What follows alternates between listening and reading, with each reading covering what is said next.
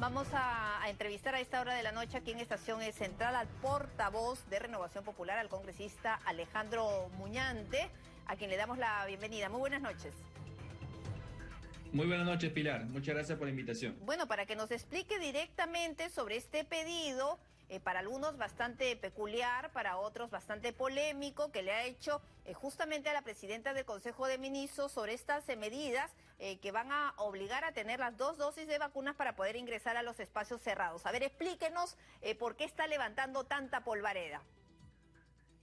No, en mi función fiscalizadora, Pilar, lo que yo requiero a la Premier, la señora Mirta Vázquez, es que de manera detallada pues nos dé las razones que justifican estas restricciones a la libertad, al derecho de trabajo, a la libertad de empresa, a la libertad de libre contratación, ¿es cierto? Al derecho incluso esta restricción que habría el derecho a la igualdad y no discriminación.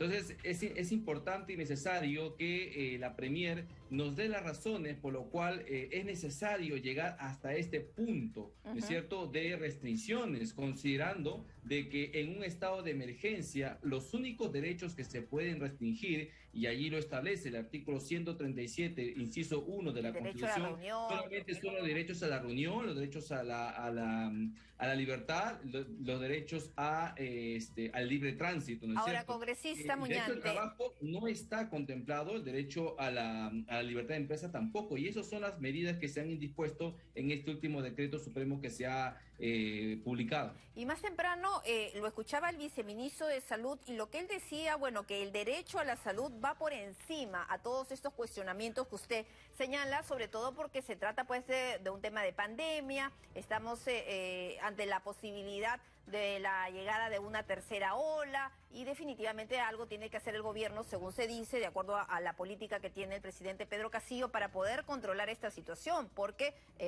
según el MINSA estamos en un 60% de la población objetivo que se ha vacunado con las 2 dosis y se tiene que acelerar para evitar pues este impacto que podría tener una posible tercera ola o evitar que llegue.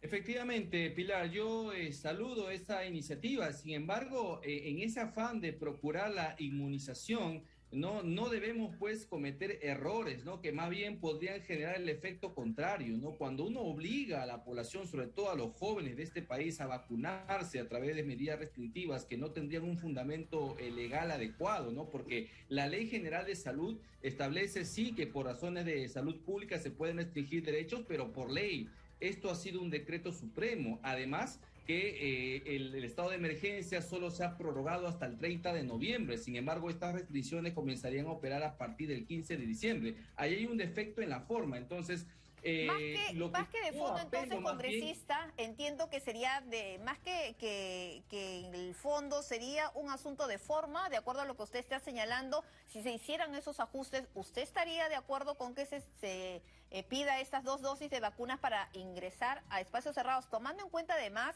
que se están ampliando los aforos? Hemos visto pues en los diferentes centros comerciales, en los conglomerados, en el aeropuerto internacional, se van a abrir pues en las fronteras terrestres en el norte y en el sur, y definitivamente pues se tienen que adoptar medidas. Ya el sector empresarial, las diferentes empresas ya están viendo la manera de que retornen sus trabajadores, sus empleados. efectivamente, bueno, es un problema de forma, sí, es un tema técnico, legal, ¿no es cierto? Que se estarían incumpliendo algunas prerrogativas, unos parámetros legales, pero también hay un tema de fondo, porque no se puede obligar pues a una persona a vacunarse en estas circunstancias. Si bien es cierto, yo aliento la vacunación y desde aquí pues Usted hago un llamado a las personas a vacuna, vacunarse, ¿no? sin embargo, no para nada, yo creo en la efectividad de la vacuna, pero lo que yo más bien procuro es que estas políticas que se están adoptando no puedan boicotear el proceso de vacunación, porque cuando una persona se siente obligada a vacunarse, más bien lo que se genera es el efecto contrario. Lo que el Estado debería hacer es incentivar a la población a través de bonos o bonificaciones, se podría hacer una política de educación de salud pública correcta, adecuada, para que la población libre y de manera informada asista a los centros de vacunación, porque existe una ley actualmente, ¿no?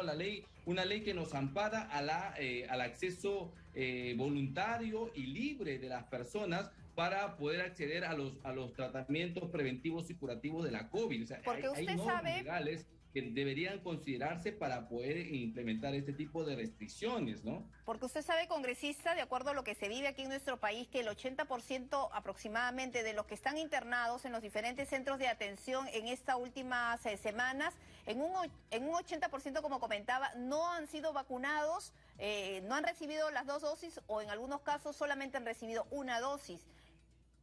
O sea, el hecho de que no se vacunen los vuelve más vulnerables al contagio.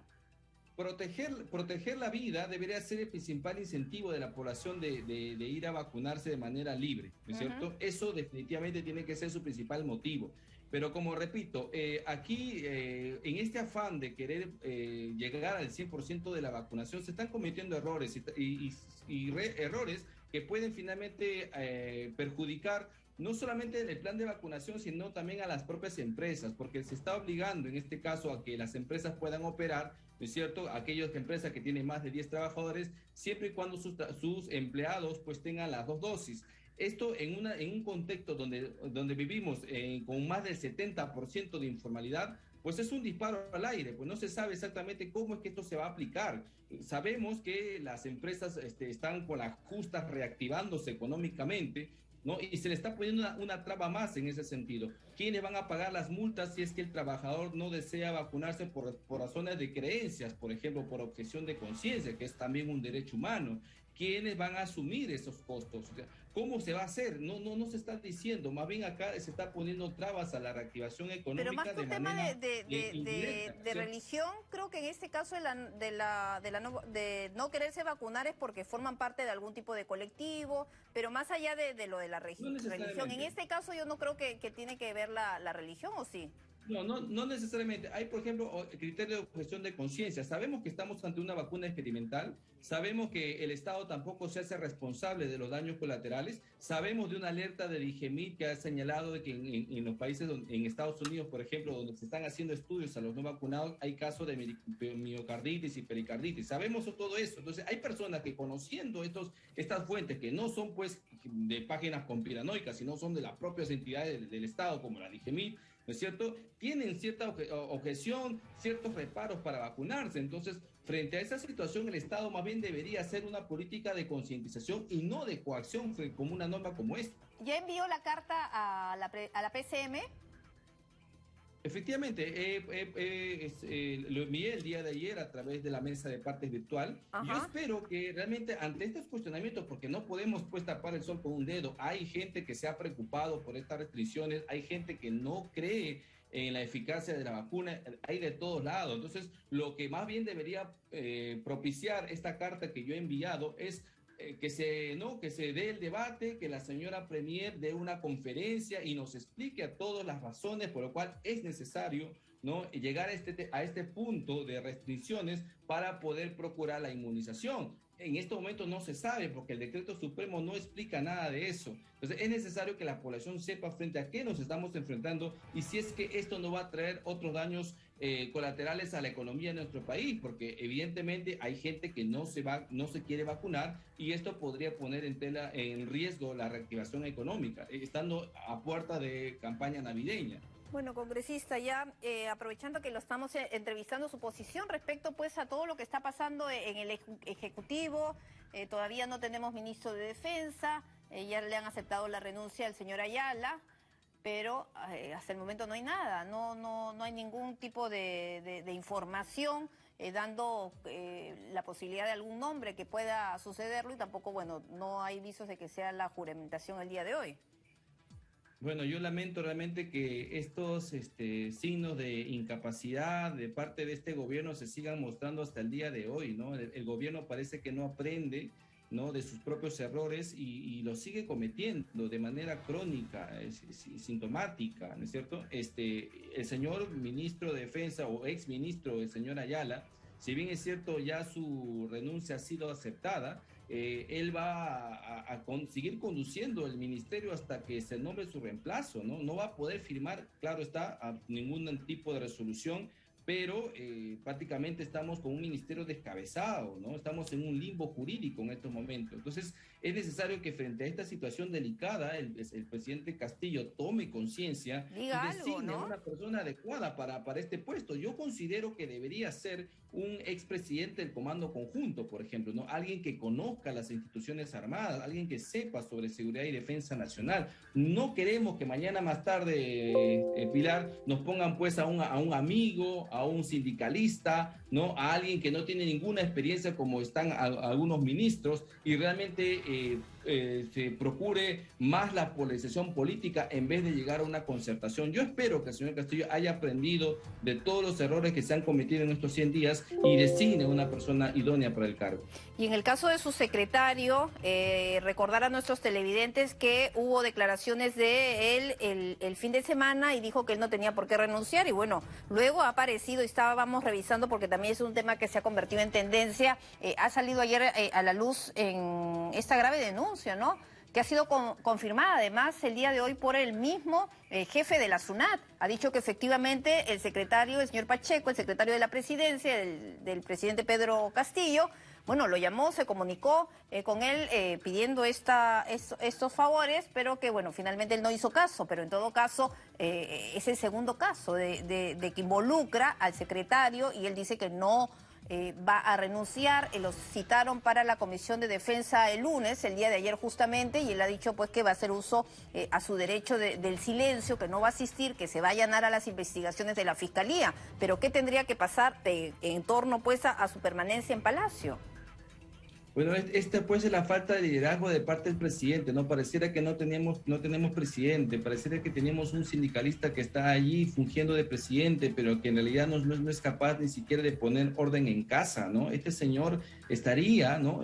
Cometiendo delitos de tráfico de influencias, aprovechando el puesto que tiene, y frente a esa situación, la inercia del Ejecutivo es realmente escandalosa, ¿Y ¿no? qué pueden Cuando hacer desde el Congreso? Aguarda silencio, lo que está haciendo es siendo cómplice de esta situación, ¿no? ¿Y desde el Congreso qué se podría hacer? A ver, el Congreso lo que podría hacer para poder citar al señor Pacheco de grado fuerza es primero constituirse en comisión investigadora. En este caso, la Comisión de Defensa podría solicitar facultades de comisión investigadora para que el señor Pacheco pueda ser citado de grado fuerza. Pero en el caso de los ascensos, o en el caso de de las presuntas injerencias en los ascensos del Ejército y de la Fuerza Aérea, o también este caso que ha salido a la luz en las últimas horas sobre el tema de las supuestas presiones en la SUNAT. Bueno, el Congreso tendría en todo caso que constituir una comisión investigadora, ¿no? Para poder tener las facultades necesarias como para citar de grado de fuerza y como también tener acceso a documentos tal vez que puedan estar a mano de algunas autoridades públicas, ¿no? El Ministerio Público de antemano tiene ya la enorme responsabilidad de investigar con objetividad y premura este hecho, ¿no? Ya se ha abierto investigación, ya el Ministerio Público ha publicado, ¿no?, un comunicado donde efectivamente comienza las investigaciones contra el señor Pacheco. Para que el Congreso pueda coadyuvar en esta investigación, primero tendría que constituirse en comisión investigadora, porque al no ser el señor Pacheco un alto funcionario, ¿no?, alguien que goce del antejuicio, claro, como no un podría ministro ser interpelado ni llamado al Congreso. Efectivamente, no lo podemos hacer frente a él. Claro, bueno, como que están maniatados también frente a esta situación, porque al menos lo que él ha dicho es que va a continuar en el cargo. Vamos a ver si con esta nueva denuncia, cuál va a ser la posición. Nos gustaría saber del presidente Pedro Castillo. Precisar, Pilar, que aquí el único responsable, el directo responsable, el principal responsable es el presidente Castillo por mantener una persona así en el puesto. Bueno, muchísimas gracias, congresista Muñante. A ver,